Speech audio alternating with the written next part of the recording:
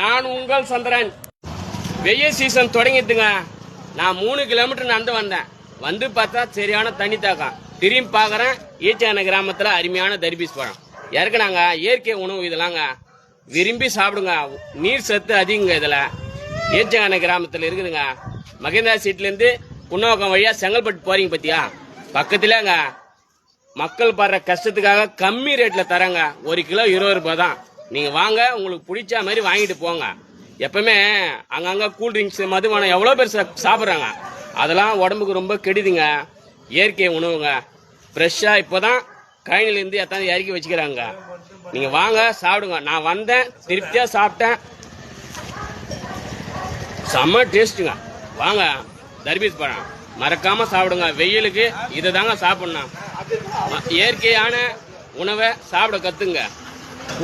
குளிர்ச்சியான தராங்க பார்த்தீங்களா கூல்ட்ரிங்க்ஸ், அதெல்லாம் உடம்புக்கு மகா கெடுதுங்க. சூப்பராக இருக்குங்க.